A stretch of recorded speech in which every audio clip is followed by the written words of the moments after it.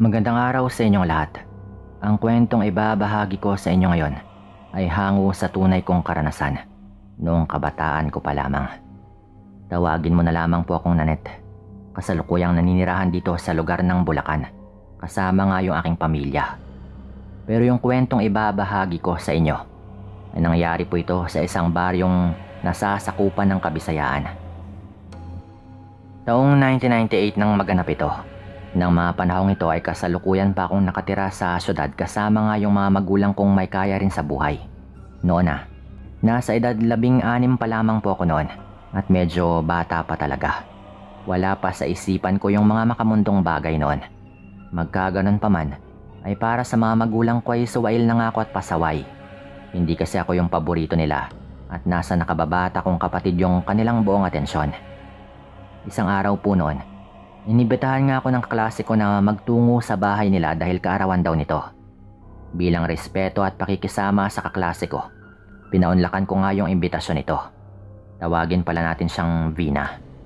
Ayon pa nga sa kanya, marami kaming magkaklase yung pupunta sa kanyang kaarawan. Lingid sa kalaman ko ay may mangyayari palang hindi maganda doon. Nang makarating ako sa bahay nito, iba nga yung aking nadatnan. Dalawa lamang kaming babae at puro kalalakihan na nga yung iba. At karamihan doon ay hindi ko pa kilala. At wala nga akong ideya noon na ganun nga yung aking madadatnan. Uuwi na sana ako nang magpumilit nga si Vina na samahan ko muna siya habang inaantay yung iba pa naming mga kaklase. Hanggang sa nangyari na nga yung kinasusuklaman ko. Kung ano man po yung iniisip ninyo ay tama kayo. Umuwi akong luha noon at tuguan. Dahil sa panghahalay na ginawa sa akin. Ganito na lang po yung pagkakasabi ko dahil ayaw ko na pong bigyan pa ng detalye. Lalo at hindi po magandang karanasan yon. Hindi ko nga akalain na yung mismo mga taong dapat kumupkup sa akin doon at umintindi. Ang sanguna pang tatalikod pala. Nakakahiya ka. Kung hindi ka nagpakalasing, hindi mangyayari yan. Walang hiya ka. Sabi pa nga po ni Mama noon. Habang nanginginig naman yung kamay ko na may hawak na baso ng tubig. Sinabi ko po kasi sa kanya yung mga nangyari. Hindi na ako umiiyak noon. Wala na ring luhang lumalabas dahil naubos ko na. Medyo ilang linggo ko na rin po kasing iniiyakan yon bago ko nga sinabi. Wala na akong panahong mga tuwira noon. Nakailang ulit ko na ring kwinento sa kanila kung papaano nga ako nilasing ng mga kaklase ko at mga lalaking hindi ko kilala. Kung paano nila ako dinala sa isang madilim na kwarto at kung paanong binaboy at niyurakan nila yung pagkatao ko. Pero sa paningin nila, ako pa rin yung may kasalanan. Ako yung malandi. Ako yung nakakahiya. Hindi ka namin pinalaki ng ganyan. Hindi mo man lang iniisip yung pangalan natin. Diyos ko, ano bang ginawa mo? Bulalas pa ng aking ama habang naninigarilyo sa may labas ng bahay. Tama. May pangalan po kasing pinangangalagaan yung mga magulang ko. Mas mahalaga pa sa kanila yon kesa sa kanilang sariling anak. Tahimik lang po ako noon. Habang hawak ko yung ultrasound na nagpapatunay. Mga 2 buwan na rin po ako noong buntis. Pero parang hindi pa ako handang aminin sa sarili ko. Lalo at ayaw naman po nila akong pakinggan. Mas madaling paniwalaan na ako talaga yung mali kaysa tanggapin yung katotohanan na may gumawa sa akin ng karumal-dumal na mga gawain. At sa isang iglap lang po, tinuldukan na nga po nila yung lahat noon. Alam mo yung parang kinalimutan na lang po nila. Kinabukasan noon, maaga nga akong inihatid ni inay sa may terminal ng bus. Wala na akong ibang naramdaman ng mga sandaling yon kundi galit at takot. Isang may kalakihang bag lang yung dala ko noon na naglalaman ng mga kagamitan at isang papel na merong address. Doon ka muna kay Ate Cora. Ayusin mo yung buhay mo. Huwag kang tatawag sa amin Kami yung makikibalita. Huwag mong bigyan ng sakit ng ulo yung tiyahin mo kung ayaw mo managot sa akin. Wika pa nga ng nanay ko noon na parang galit na galit pa rin po ito. Ramdam na ramdam ko pa rin yung galit nila. Hindi nga nila ako tinignan nang iwan ako sa terminal at habang paalis na yung bus. Nakita kong papalayo na nga rin po yung lahat. Ang pamilya ko, ang lungsod. Pati na rin yung pag-asa. Ang natira na lamang ay ako at yung batang dinadala ko. Pati na rin yung mga tanong sa sarili ko. Bakit walang naniniwala sa akin? Yun po yung tanong ko noon. Dinamdam ko talaga ng gusto yung mga pangyayaring yon. Pakiramdam ko ng mga oras na yon, itinapon ako ng mga magulang ko. Makaraan yung mahabang biyahe na mag-isa lang ako. Nakarating din ako sa aking destinasyon. Hindi naman ako naligaw sa awa ng Panginoon. Pagkababa ko nga ng bus noon, ay hindi ko inaasahan na ganito pala yung katahimikan sa probinsya. Walang busina, walang sirena, walang boses ng mga tao sa mga kalye. Ang naririnig ko lamang ay mga huni ng ibon, mga dahon at minsan, tila yabag ng kung anong mga hayop sa may damuhan. Naglakad rin ako noon ng mahaba-haba, dala yung may kabigatan kong bag, at gutom ko na tiyan. Halos mga 5 rin ng hapon noon. Unti-unti na rin sinasakop ng dilim yung paligid. Napansin kong walang ilaw sa daan, wala ring mga tricycle.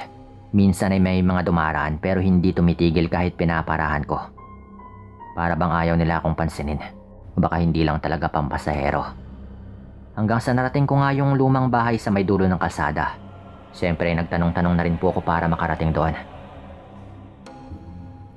Kupas na nga yung pintura nitong puti. Tanda na napaglipasan na rin ng panahon. May mga bitak rin sa dingding at puno ng gumagapang na halaman yung paligid. Isa itong bahay na para bang matagal nang hindi dinadalaw ng tao. Kahit na may usok sa maliit nitong kusina. Kakatok na sana ako nang biglang bumukas nga yung pinto. Lumabas doon yung isang matandang babaeng payat. Maputla at salubong nga yung kilay. Ito na malamang si Tita Cora. Nakasuot po ito ng itim na bestida na halatang luma na rin. Anak ka ni Letty? Tanong pa nga po nito na walang ngiti. Ako po si Nanette. Kabadong tugon ko naman. Pumasok ka na, hapon na. Huwag kang magpapaabot ng dilim dyan sa labas. Seryosong wika pa po nito. Nakita kong makailang ulit pang palingalinga sa labas ng pinto yung matandang tiyahin ko. Para bang may tinitignan po ito. Maya-maya pa pagkapanik ko nga, isinara nga niya yung pintuan at kinandado pa mula sa loob. Sumalubong sa akin yung amoy kahoy na basa at lumang damit. Merong altar sa may sulok na puno ng santo at kandilang hindi napapalitan. Ang mga dingding ay may lumang litrato, mga mukha ng kamag-anak na siguro na matagal nang patay. Diyan ka muna sa kwarto ng pinsan mo. Matagal nang bakante yan. Anya pa matapos ituro yung isang silid na nakabukas yung pinto. Dahil mabigat yung dala ko, mabilis akong nagpasalamat at pumasok na nga doon. Tahimik lang po si Tita Cora noon. Hindi ito nagtatanong kung bakit nga ako naroon. Hindi rin siya nagtataka nang makita yung tiyan ko, na medyo lumilitaw na nga sa aking maluwag na blusa. Tumitig lang siya saglit noon. Tapos ay nagpatuloy sa paglalagay ng tinapa sa kawali. Na para bang alam na nga nito kung ano man yung nangyayari. Ano pong trabaho niyo rito, tita? Tanong ko habang kumakain nga kami ng hapunan. Wala na, matanda na. Paminsan-minsan ay may nagpapahilot. May nagpapatingin ng dugo. Ganyan-ganyan lang. Tugon naman po nito. Hindi ko alam kung anong ibig niyang sabihin. Hindi ko rin alam kung ano nga bang klase ng hilot yung tinutukoy nito.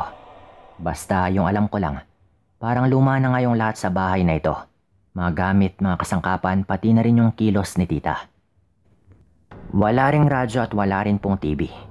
Nang gabing yon, hindi nga ako mapakali sa kama. Bintana lamang yung umaharang mula sa malamig na hangin sa labas ng bahay. Walang kurtina. Kaya naman pumapasok nga yung lamig.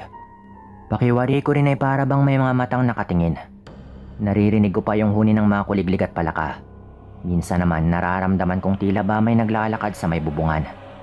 Kalaunan nilamon na nga ng katahimikan yung lahat. Hindi ako makatulog noon kahit na anong gawin ko. Hindi ko alam kung dahil lang ba sa pagod o sa lamig ng gabi o baka sa katahimikan ng paligid. Pero may kung ano pong bumabagabag sa akin noon. Idagdag pang may amoy rin yung kwarto. Hindi naman mabaho, pero yung tipong matagal na parang amoy luma. Parang pinaghalong alikabok at mga bulaklak na matagal nang natuyo.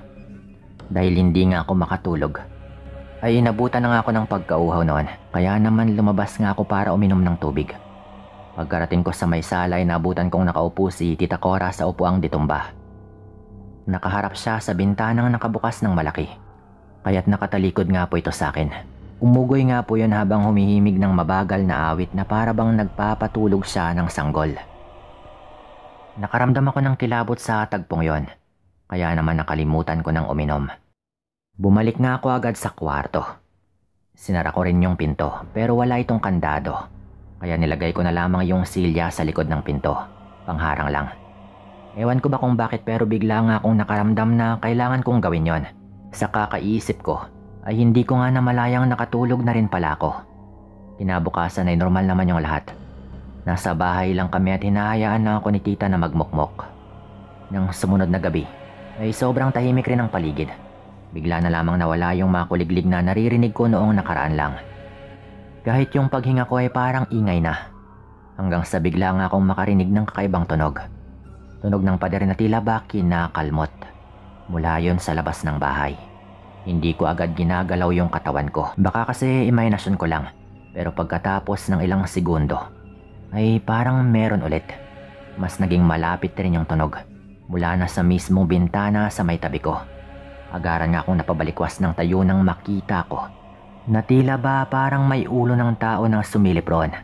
Napasigaw talaga ako dahil sa takot at gulat. Nakita kong mabilis na tumakbo papalayo yung may-ari nun. Rinig na rinig ko pa nga yung mga yapak nito. Kasabay yung kakaibang huni ng ibon na animoy sinasakal.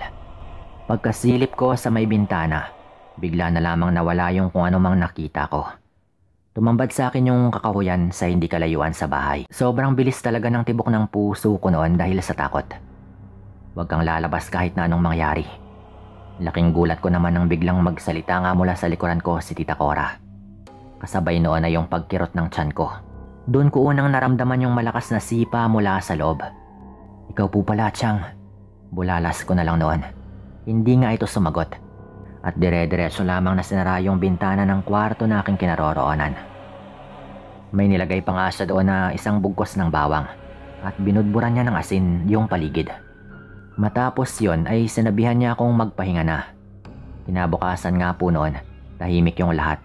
Walang bakas ng kung anong kalmot sa labas ng bahay. Walang senyales na may ibang tao sa paligid. Gusto kong maniwalang panaginip lamang yung lahat ng mga naramdaman ko kagabi. Pero may kaba talaga sa akin yung hindi ko rin maipaliwanag. Naabutan kong nagluto si Tita Cora ng lugaw para sa almusal. Umupo nga ako doon sa may lamesa at nakayuko lang habang pinapanood siyang tahimik na hinahalo ang palayok. Walang pagbatiw kahit na ano. Hanggang sa binasag ko nga rin yung katahimikan noon. Ano po yung naririnig ko kagabi, tita? Mahinang tanong ko pa nga po noon. Aswang, mga nilalang sa dilim na naghahasik ng lagim dito sa baryo. Sagot naman po nito nang hindi man lamang lumilingon. Aswang po. Pero... Sabi ko naman pero hindi ko na naituloy. Huwag kang mag-alala. Ligtas ka dito hanggat hindi ka lumalabas. Sabi naman ito at halata rin na parang nagsisimula na ngang mag-init yung ulo nito. Hindi na ako sumagot pa. Unti-unti na naman kasi akong binabalot ng takot at ni isang beses nga ay hindi sumagi sa isipan ko noon na meron palang aswang sa lugar noong papunta pa lang ako. Muling natahimik noon yung buong kusina. Lumipas nga yung maghapon sa katahimikan. Nagwalis ako sa loob ng bahay. Sinubukan kong magbasa ng lumang magazine na nakita ko sa mailalim ng kama. Hindi ko na din tinangkapang lumabas ng bahay noon kahit na sa bakuran lang. Labis na nga yung pangamba ko para sa kaligtasan namin ng magiging anak ko. Wala akong karapatan na hindi pangalagaan yung batang nasa sinapupunan ko. Na alam kong wala namang kaalam-alam sa mga nangyari. Pagsapit ng gabi, napansin kong kakaiba nga yung gabing yon. Pagkahiga ko, ay nilamon agad ako ng antok. Tila ba pagod na pagod nga ako at talagang medyo hinahapo yung katawan ko. Hanggang sa sumapit na nga rin yung madaling araw. Nalimpungatan ako noon at nagising na lang bigla. Sumalubong sa akin yung nakabibinging katahimikan. Pero yung puso ko ay parang sasabog nga sa kaba. Naririnig ko na naman kasi yung kaluskos sa may bubungan. Mabilis, mabigat, at alam ko na kung ano yon. Pinilit kong hindi mapaiyak. Napahawak nga ako sa tiyan ko, pero malamig yung pawis ko noon. Ramdam kong merong mali. Maya-maya pa'y bigla na lamang lumitaw mula sa madilim na parte ang isang nilalang na talagang nagpawindang sa buong sistema ko. Isang babaeng walang saplot sa kanyang buong katawan. Ngunit nababalot ng nagkakapalang mga balahibo. na animoy balahibo ng hayop. Napakapangit rin po ng itsura nito. Mabaho, nanlilimahid yung katawan at baka sa kanyang pagmumukha yung matinding gutom. Direkta sa sinapupunan ko yung tingin nito. Hindi ko rin alam kung bakit ng mga sandaling yon ay hindi nga ako makagalaw. Hindi rin makasigaw hanggang sa marami itong lumapit sa akin noon. Pero bago pa man siya tuluyang makalapit ay biglang bumukas yung pinto ng kwarto ko. At pagbukas nun ay naroon si Tita Cora na may hawak na garapon ng asin sa isang kamay at isang latigong pamalo sa kabila. Walang ano-ano ay malakas niyang inihagis yung garapong nakabukas sa babaeng aswang. Kasunod po nun, mabilis na sumugod si Tita at pinaghahampas yung nilalang na iyon. Nakita kong umaatras yung nilalang. Humihiyaw ito na parang nasaktan at mabilis na tumakbo patalon doon sa may bintana ng kwarto na may maliit nga na butas sa may gilid. Sa lit nun ay hindi ko nga maisip kung paanong nagkasaroon yung nilalang na yon. Nang ganun lang kabilis. Siguro dahil ay madulas nga yung katawan nito. Agaran nga akong nilapitan ni Tita. Baka sa kanyang mukha yung labis na pag-aalala. Sa sobrang takot ko naman ay nanigas na nga ako sa kinaupuan ko at hindi ko na malayan na dinudugo na pala ako. Tita, bulong ko pa habang umiiyak at pinipilit kong hawakan yung tiyan kong unti-unting nanlalamig. Doon ko lang dinaramdaman yung matinding sakit ng balakang ko. Dahil sa pangyayaring yon, hindi nakaligtas yung bata sa sinapupunan ko. Hindi ko alam kung anong mararamdaman ko. Halo-halo na. Pero matapos yung pangyayaring yon, ilang taon pa bago ako muling bumalik sa piling ng mga magulang ko sa syudad. Pinili kong manatili kay Tita upang paghilumin yung malaking sugat na dumurog sa aking buong pagkatao. Mula po nun, hindi na rin naulit pa yung ganong pangyayari. Hindi na ako nakakita pa ng ganoong nilalang. Pero may kinuha po itong buhay na kailanman ay hinding-hindi ko siya mapapatawad. Dito ko na rin po tatapusin yung kwento ko at maraming salamat po.